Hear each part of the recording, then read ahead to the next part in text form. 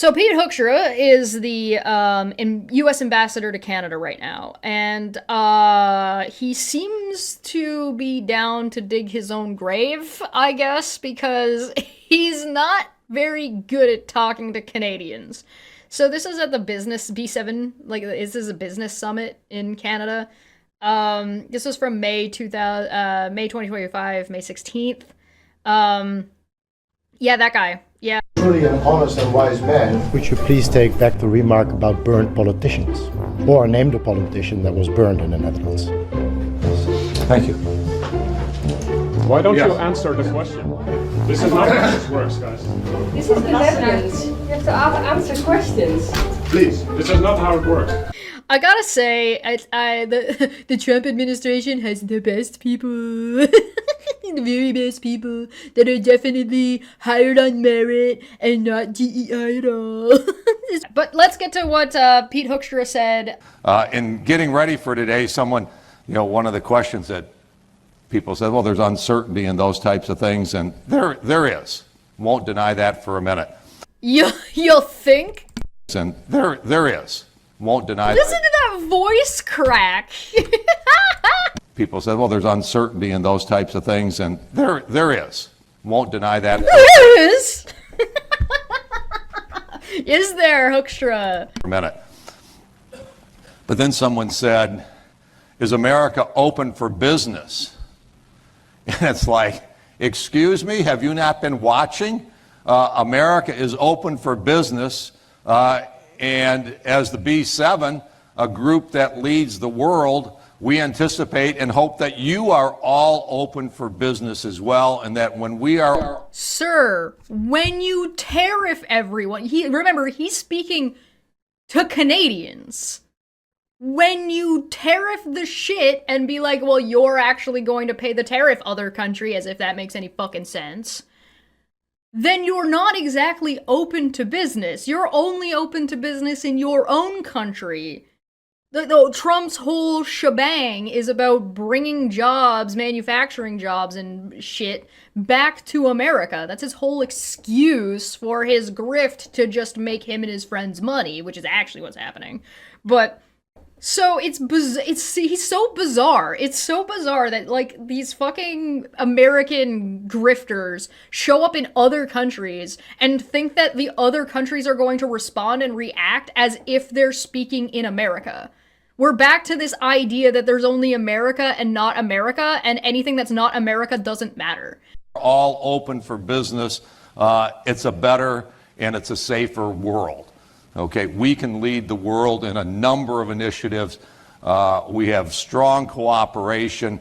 America is open. No, we do not. We currently do not have strong cooperation, dumb fuck. Trump is destabilizing the world and making it more dangerous. Yeah, and Feline is right. You're abandoning Ukraine and your obligations to Ukraine, your legal obligations due to the deal you made for them to denuclearize. You did that, and you're leaving them to hang. Trump in his first term, abandoned the fucking Paris Accords.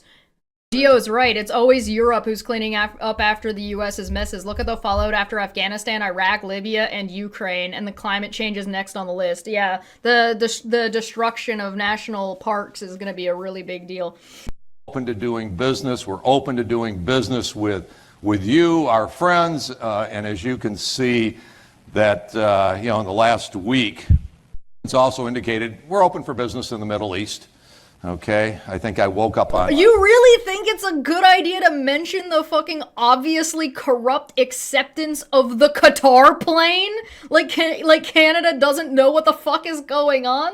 I'm getting the vibe that Hoekstra forgets that Canadians understand American politics. I've been in politics for a while, but, what we are seeing today, we have never experienced anything like this in American politics. Yeah, bro, that's not a flex. This is so fucking embarrassing. Okay? The president, one of his primary priorities was, we're going to secure the border. 60 days later, It's secure. The borders are secure? Really? So can you please talk to me real quick about the FBI director here? This is the American FBI director, Kash Patel. Director Patel, it's no secret that there is a growing presence of Mexican cartels operating fentanyl synthesis labs just over our border. Just last year, the CBP estimates that more than 21,000 pounds of fentanyl was seized at our borders. This is March 26th. That is enough to kill more than twice the population of the world, of our country. What actions are you taking to strengthen the FBI's fight against illicit fentanyl within our borders? Thank you, Congressman. It's good to see you. We have made it a priority at the FBI because fentanyl and illegal narcotics kill an American citizen every 7 minutes. That is a national security crisis, not just at the southern border, but at the northern border. And the Mexican cartels, along with their illicit partners in the CCP and other adversarial countries that are doing harm, are not just taking the fight down south, but they're bringing it up north. So we need to be more vigilant as to what's coming in through our northern border as well. Known and suspected terrorists are flowing in through our northern border more than they are our southern border, I would say, because of the successes we've had in closing the southern border. But when it comes to specifically, to fentanyl, we are making, to date, since January 20th. The southern border that Trump made all of the Republicans vote against, the most aggressive, hardline southern border blocking and like strict restricting of access that was proposed by Kamala Harris, right? That? Okay. 383 kilograms of seizures of illegal fentanyl, which is enough to kill 29 million Americans. The prior administration refused to provide requested information and data on what the public now knows was a very dangerous situation along the U.S. borders that President Trump now has as a priority of fixing. In January 2024, there were 176,000 encounters along the southern border, with 51,000 occurring at ports of entry and 124,000 between ports of entry. Comparing that to the work just in the first few weeks of the Trump administration, total encounters are down to 61,000 along the border, with 32 at ports of entry and 29,000 between ports of entry. For the record, that's a 60% reduction. Director Patel, since President Trump took office in January, as we've seen these plummeting border encounter numbers, has the country seen a drop in known or suspected terrorist encounters at the border?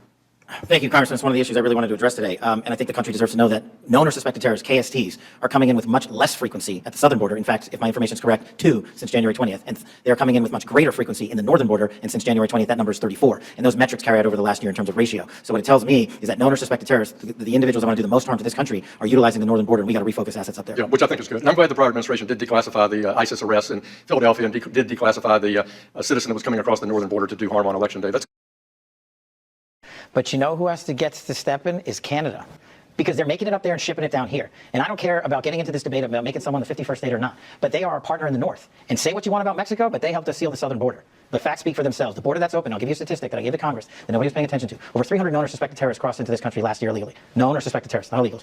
Not just suspected terrorists that we decided are terrorists without due process, because of course you do. illegals, known or suspected terrorists. 85% of them came in through the northern border.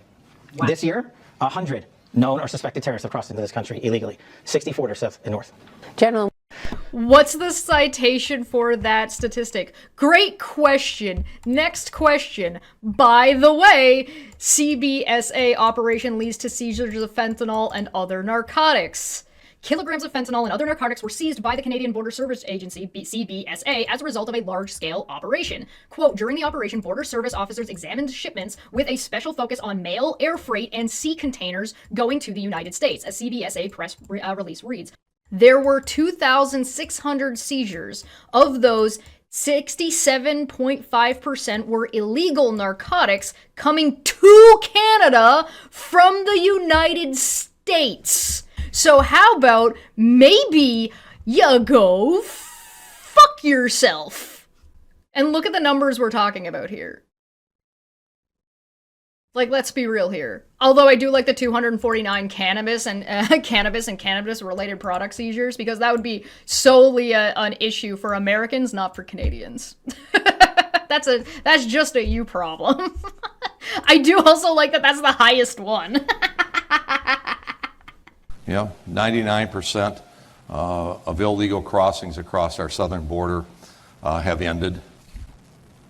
You know, I wake up on Monday morning, and there's a whole lot of stuff that's been happening in between, you know, securing the border and those types of things. But, you know, you wake up on Monday morning, and what do you have Monday morning? We've got an agreement with China. Oh. No, you do not! You do not, in fact, have an agreement with China. That is a big old fat fucking lie. Chalk this week down. We got a major accomplishment this week. And so, well, no, Pete, we're not done yet. You know, we did something. I would like to remind everybody that that what was promised was 90 deals in 90 days, and they've got 0 deals. None. On pharmaceutical prices. We had the expectation that perhaps Putin and Zelensky would meet today.